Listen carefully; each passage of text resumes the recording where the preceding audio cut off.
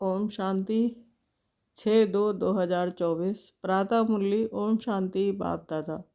मीठे बच्चे, अपने हार और जीत की हिस्ट्री को याद करो। ये सुख और दुख का खेल है। इसमें 3/4 सुख है, 1/4 दुख है, इक्वल नहीं है। प्रश्न है, ये बेहद का ड्रामा बहुत ही वंडरफुल है, कैसे? उत्तर है, ये बेहद का ड्रामा इतना तो वंडरफुल है जो हर सेकंड सारी सृष्टि में हो रहा है, वह फिर से हुबहू रिपीट होगा।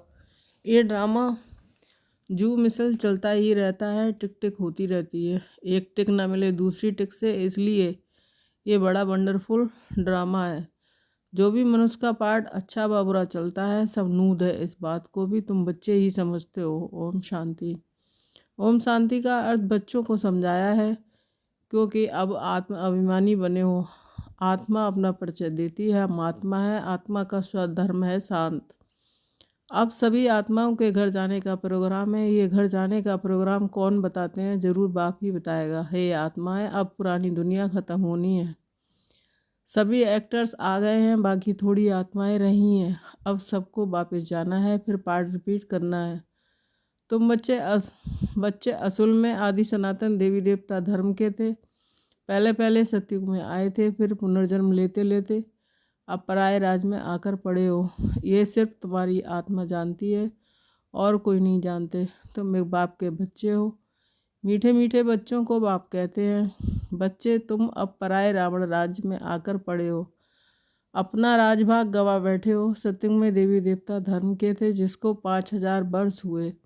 आधा कल्प तुमने राज किया, क्योंकि सीढ़ी नीचे भी जरूर उतरना है। सतयुग से त्रेता, फिर द्वापर कलयुग में आना है, ये भूलो नहीं। अपनी हार और जीत की जो हिस्ट्री है, उनको याद करो। बच्चे जानते हैं, हम सतयुग में सतो प्रधान सुखधाम के बाजी थे। फिर पुनर्जन्म लेते लेते दुखधाम में जड़जड़ीभूत अवस्था में आ पहुँचे हैं। अब फिर तुम आत्माओं को बाप से श्रीमत मिलती है, क्योंकि आत्मा परमात्मा अलग रहे। तुम बच्चे बहुत काल अलग रहे हो। पहले पहले तुम बिछड़े, फिर सुख का पार्ट बजाते आए, फिर तुम्हारा राजभाग छीना गया, दुख के पार्ट में आ गए। अब तुम बच्चों को फिर से राजभाग लेना है, सुख शांति का। आत्माएं कहती हैं, विश्व में शांति हो। इस समय तमो प्रधान होने के कारण विश्व में अशांति है। ये भी शांति और अशांति, दुख और सुख का खेल है। तुम जानते हो, 5000 वर्ष पहले विश्व में शांति थी। मूल वतन तो है ही शांति धाम, जहाँ आत्माएं रहती हैं। वहाँ तो अशांति का प्रश्न ही नहीं है। सतयुग में विश्व में शांति थी, फिर गिरते गिरते अशांति हो गई। अब सारे विश्व में शांति। सब चाहते हैं। ब्रह्मा महतत्व को विश्व नहीं कहेंगे, उनको ब्रह्मांड कहा जाता है, जहाँ तुम आत्माएं निवास करती हो।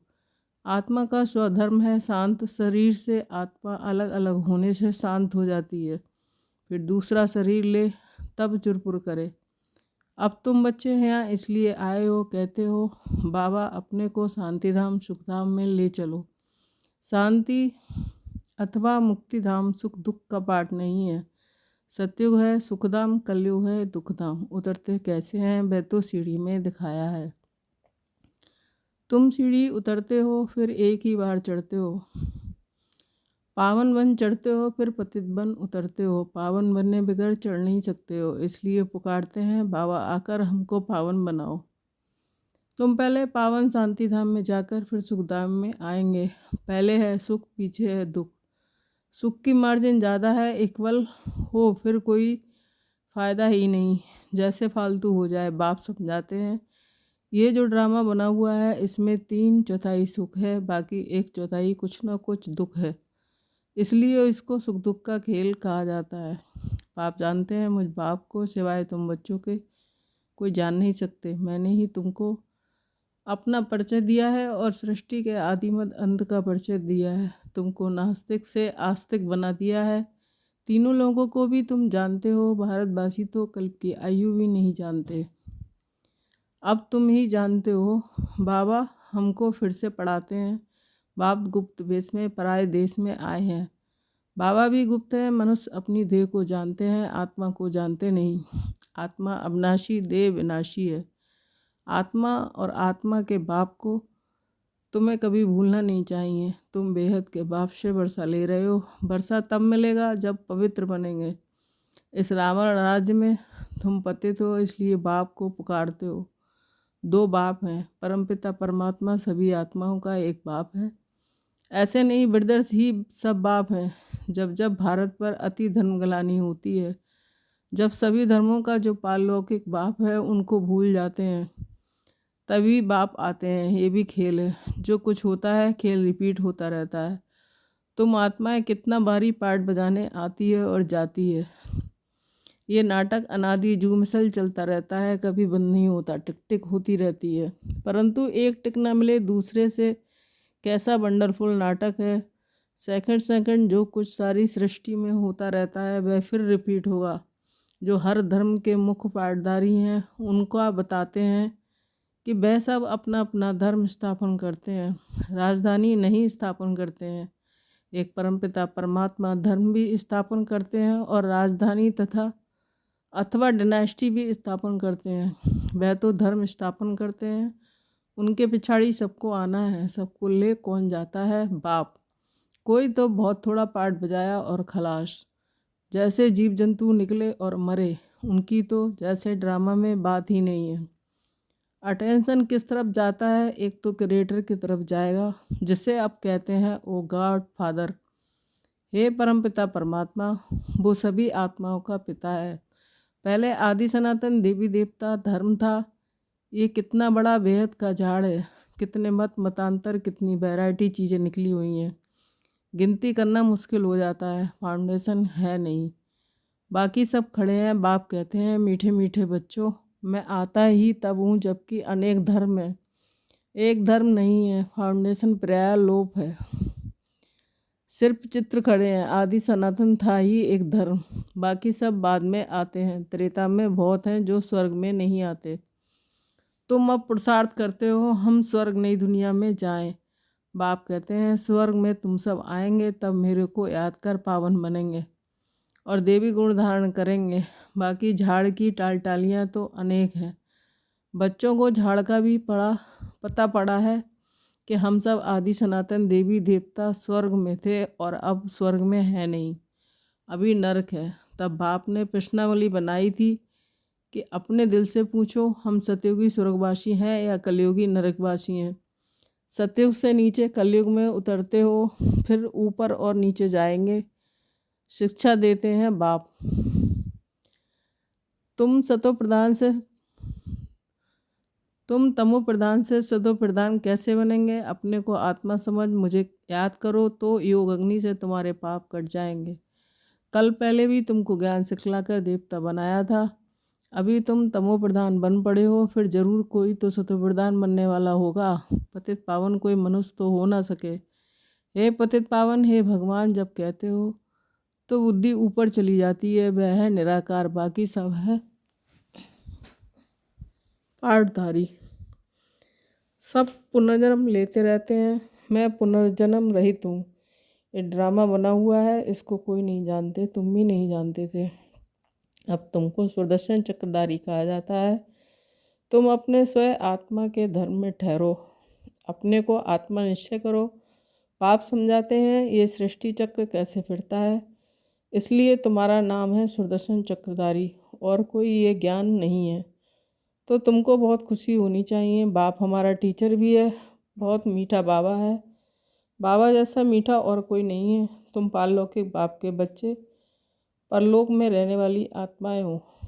बाप भी परमधाम में रहते हैं। जैसे लौकिक बाप बच्चों को जन्म दे, पालना कर पिछाड़ी में सब कुछ दे जाते हैं, क्योंकि बच्चे बारिश हैं, ये कायदा है। तुम तो बेहद के बाप के बच्चे बनते हो। बाप कहते हैं अब सबको वापस बाणी से परे घर जाना है। वहाँ है साइलेंस, फिर मूवी, फिर टॉकी। बच्चियाँ सूक्ष्म बदन में जाती हैं, साक्षात्कार होता है, आत्मा निकल नहीं जाती।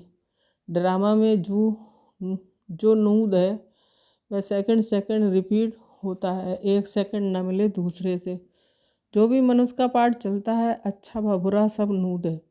सतयुग में अच्छा, कलयुग में बुरा पार्ट बजाते हैं। कलयुग में मनुष्य दुखी होते हैं, राम राज में चीची बातें नहीं होती। रामराज और रावण राज इकट्ठा नहीं होता।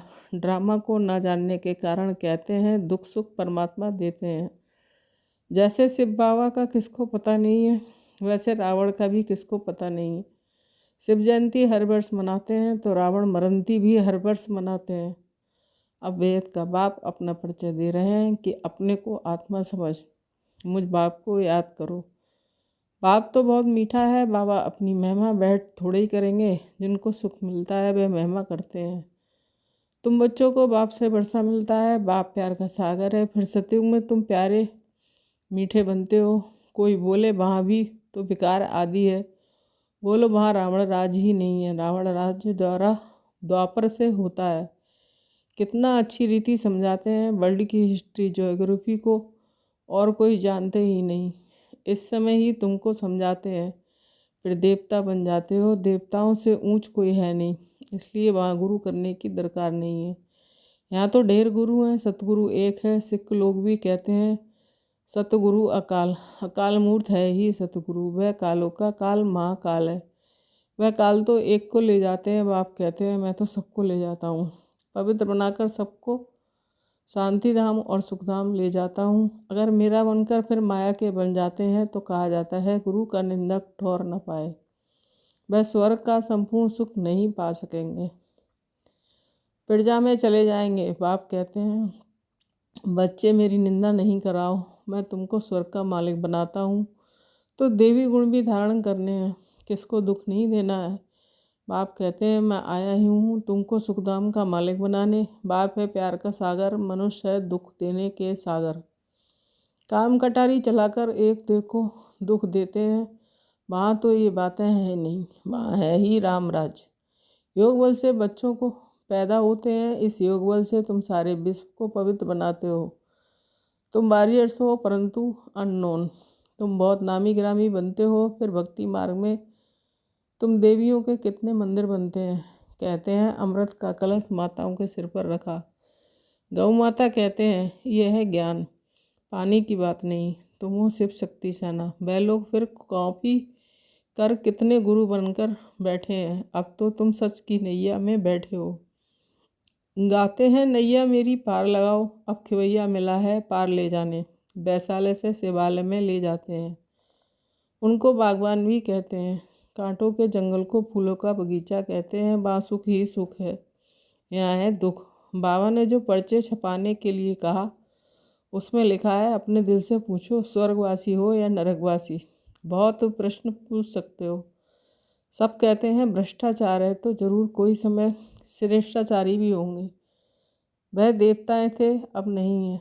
जब देवी देवता धर्म प्राय लोप हो जाता है तो भगवान को आना पड़ता है एक धर्म की स्थापना करने। गोवा तुम अपने के लिए स्वर्ग की स्थापना कर रहे हो, श्रीमत से अच्छा। मीठे मीठे शकीले बच्चों के प्रति माता पिता बाप दादा का याद प्यार गुड मॉर्निंग। रूहानी बाप की रूहानी बच्चों को नमस्ते। हम रूहानी बच्चों की रूहानी माता पिता बाप दादा को याद प्यार गुड मॉर्निंग, नमस्ते नमस्ते। शुक्रिया बाबा, शुक्रिया। धारणा के लिए मुख्य सार 1 पॉइंट। बाप समान प्यार का सागर बनना है, दुख का सागर नहीं। बाप की निंदा कराने वाला कोई भी कर्म नहीं करना है, बहुत मीठा प्यारा बनना है। 2 पॉइंट, योग बल से पवित्र बनकर फिर दूसरों को भी बनाना है। कांटों के जंगल को फूलों का बगीचा बनाने की सेवा करनी है। सदा खुशी में रहना है कि हमारा मीठा बाबा बाप भी है और टीचर भी है, उन जैसा मीठा कोई नहीं। वरदान, परमात्म प्यार को प्राप्त करने वाले अब के सो भविष्य के राज दुलारे भव। स्पष्टीकरण, संगम युग पर आप भागवान बच्चे ही दिलाराम के दुलार के पात्र हो।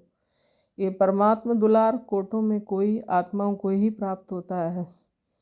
इस दिव्य दुलार द्वारा राज दुलारे बन जाते हो। राज दुलारे अर्थात अब भी राजे और भविष्य के भी राजे। भविष्य से भी पहले अब स्वराज अधिकारी बन गए। जैसे भविष्य राज्य की महिमा है, एक राज है, एक धर्म, ऐसे सभी सर्व कर्मेंद्रियों पर आत्मा का एक छत्र राज है। स्लोगन, अपनी सूरत से बाप की सीरत दिखाने वाले ही परमात्म स्नेही हैं। ओम शांति।